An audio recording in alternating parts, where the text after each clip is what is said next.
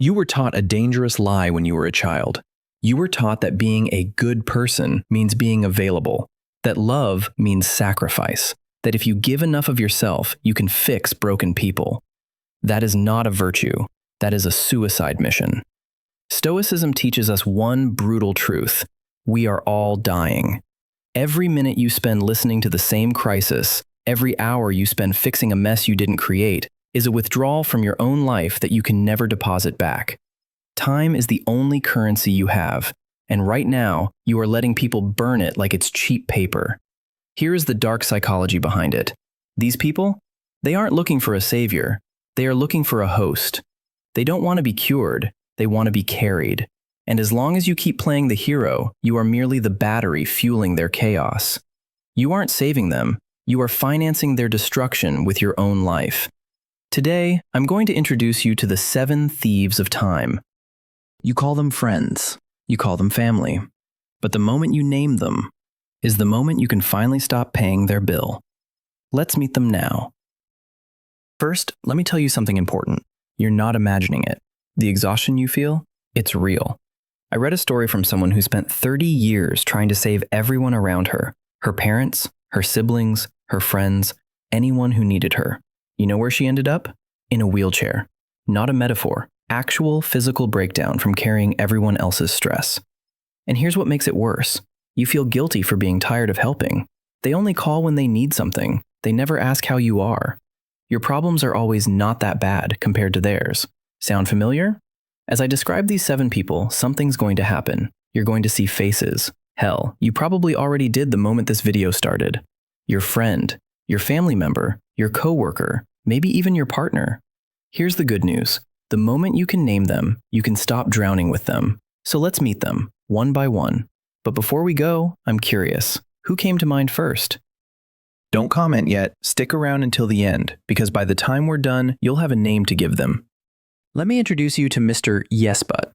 He's the one sitting across from you at a coffee shop, complaining about the same problem he's had for 3 years. You try to help. Have you tried talking to your boss? Yes, but he won't listen. What about switching departments? Yes, but I don't have the qualifications. Maybe take a course then? Yes, but I don't have time. See it? Every solution you offer equals a new excuse he's already rehearsed. You leave that conversation feeling 2 things: drained and stupid for trying. Psychologists actually have a name for this: the help-rejecting complainer. That's how common it is. It's a documented pattern. Here's what took me years to understand. Mr. Yes But doesn't want solutions. He wants an audience. He wants you to sit there and witness his suffering. Validate it. Keep it company. Here's the tell. If you've given the same advice 3 times and he's taken 0 action, that's not a crisis. That's a pattern. And you're not his advisor. You're his emotional furniture. Now, Mr. Yes But at least waits until daylight. Miss 2 a.m.? She has no such courtesy. This is Miss 2 a.m., the woman whose emergencies only happen when you're trying to sleep. Your phone buzzes. 2:47 a.m. It's her. Again.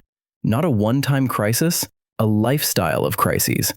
Yesterday, boyfriend drama. Today, work catastrophe. Tomorrow, family emergency. Next week, health scare. Every single one urgent. Every single one needs you, right now. And here's the trap. You answer because, what if this time it's actually serious? What if this is the real emergency? So you pick up, again, and again, and again. But here's what I learned the hard way. When everything is an emergency, nothing is. Her chaos has a rhythm. Always something, always urgent, always demanding your immediate attention. You know how you can spot Miss 2 a.m.? You see her name pop up on your phone and your chest tightens before you even read the message. That's your body telling you what your mind doesn't want to accept. You're not her friend. You're her 24/7 emotional support hotline, and she's not paying the bill. If Miss 2 a.m. exhausts you at night, Mr. Vampire does it in broad daylight. Let me introduce you to Mr. Vampire, the person who sucks all the energy out of a room and gives absolutely nothing back. Picture this. You finally have good news. You got promoted at work. You tell him, Actually excited for once. His response? That's nice. But you know what happened to me today? And off he goes. 45-minute monologue about his problems, his drama, his day. He never asks how you are, never shows up when you need support. The conversation is always about him, his drama, his pain, his victories, his setbacks. You could tell him you won the lottery, and within 60 seconds, it's back to his problems. They're called emotional vampires, and it's not just a metaphor. You feel physically tired after talking to them. That's real. That's documented. Want to test if someone's Mr. Vampire? Next conversation, count how many times they ask about you. How many times they show genuine interest in your life. If the answer is 0, that's your answer. You're not his friend. You're his audience. And it's a one-man show that never ends. But Mr. Vampire at least doesn't blame you for his emptiness. Miss Guilt Trip? She's made it an art form. Say hello to Miss Guilt Trip, the master of making you feel terrible for having boundaries. Picture this. You tell her you can't make Thanksgiving this year. You went last week. You spent 3 hours there. You have other plans now. Her response? I guess I'll just spend the holiday alone then. But it's fine. I'm used to it. The invisible knife. Twisted. Or the classic. If you really cared, you would fill in the blank. Cancel your plans. Lend more money. Answer at midnight. Drop everything. Every boundary you try to set becomes evidence that you're selfish, cold, changed. You're not the person I thought you were. Here's what's happening.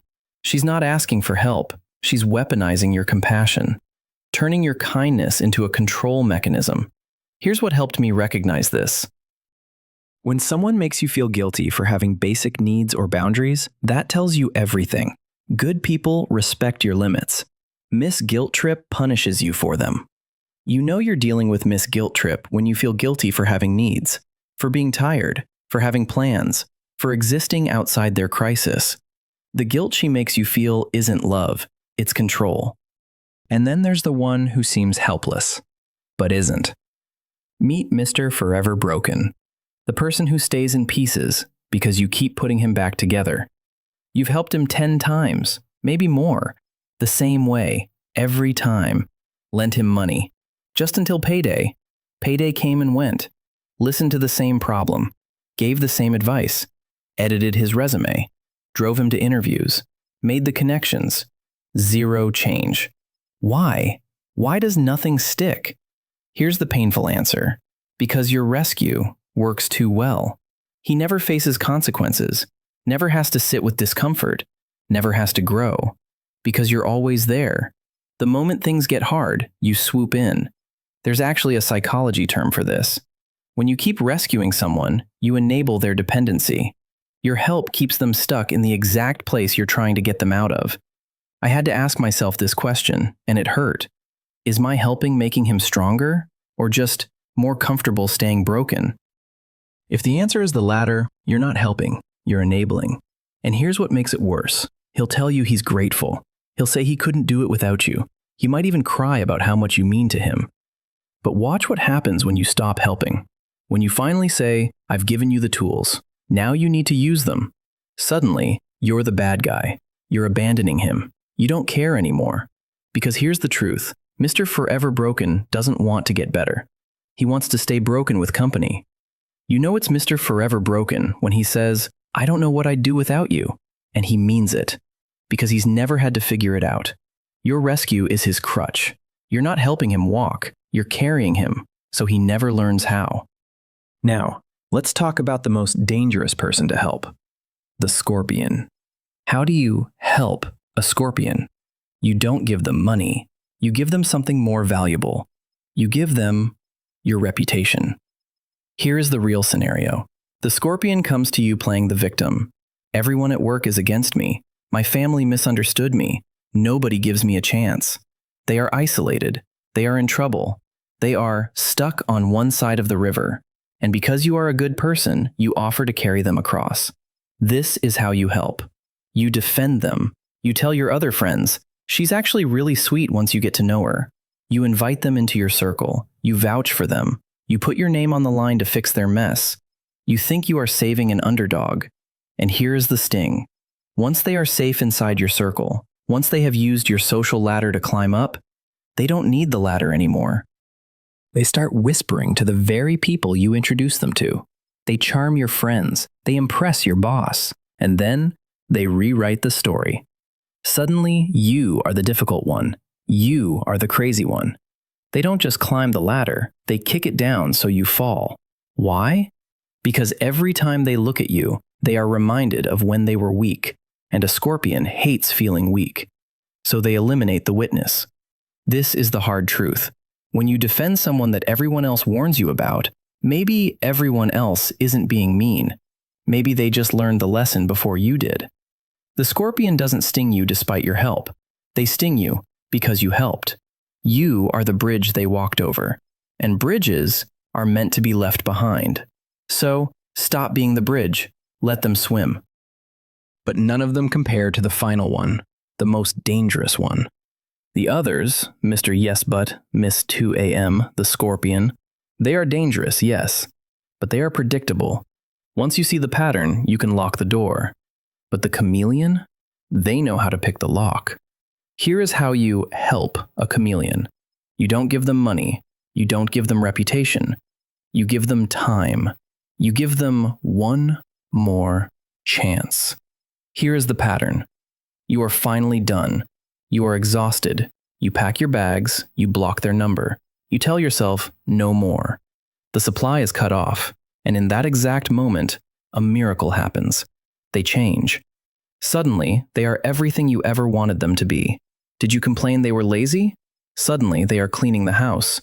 Did you say they were distant? Suddenly, they are writing you poetry. Did you say they were toxic? Suddenly, they are in therapy. They look you in the eye, tears running down their face, and say, I finally get it. I'm sorry. I'm changing. And because you are a helper, because you want to believe in people, you help them. You unpack your bags. You unblock the number. You stay to support their growth. You think, finally, my love fixed them. But here is the dark truth. They didn't change. They adjusted. A chameleon changes its color to match the environment to survive. This person changes their personality to match your needs, to keep their supply. They are not reflecting on their behavior. They are mirroring your desires.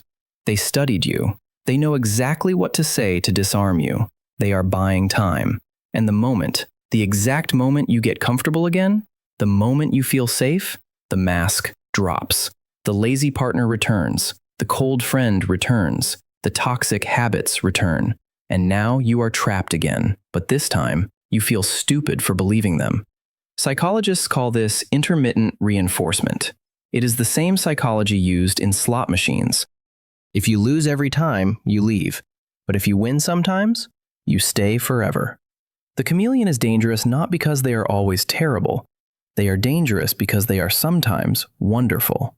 That wonderful version of them, it's not real. It's the bait. So how do you stop helping a chameleon? You stop listening to their words. You stop watching their transformation. You look at their history. History doesn't lie. Patterns don't lie. People can fake a change for a month. They cannot fake a character for a lifetime. Don't fall in love with potential. Don't help the mask. Walk away. And this time, keep walking. So here's what nobody tells you about walking away from these 7 people. When you finally set boundaries, they'll make you the villain.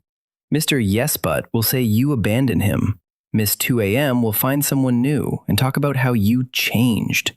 The chameleon will promise to change again and paint you as the one who gave up. That's the test. Their reaction tells you everything. So here's your permission slip. If it cost you your peace, it's too expensive. You're not abandoning people. You're refusing to set yourself on fire to keep them warm. They don't need you. They need professional help, therapy, accountability, consequences. What they don't need is another person enabling them to stay stuck. You were taught that good people sacrifice, that love means never saying no, but the best people, they know when to walk away. But before you go looking for all 7 in your life, let me ask you something. Have you ever been one of them? We've all played the victim. Asked for advice we won't take. Made someone else responsible for our happiness. The question isn't whether you've been one of these people. The question is, are you still? Because the moment you recognize these patterns in yourself, you can break them. And the moment you recognize them in others, you can finally let go. You're not the rescuer. You're not the savior. You're not responsible for fixing broken people who refuse to fix themselves. You're a person with limits, with needs, with a life that matters just as much as theirs. Not everyone deserves your energy. Not everyone wants to be saved. Some people just want company in the mess.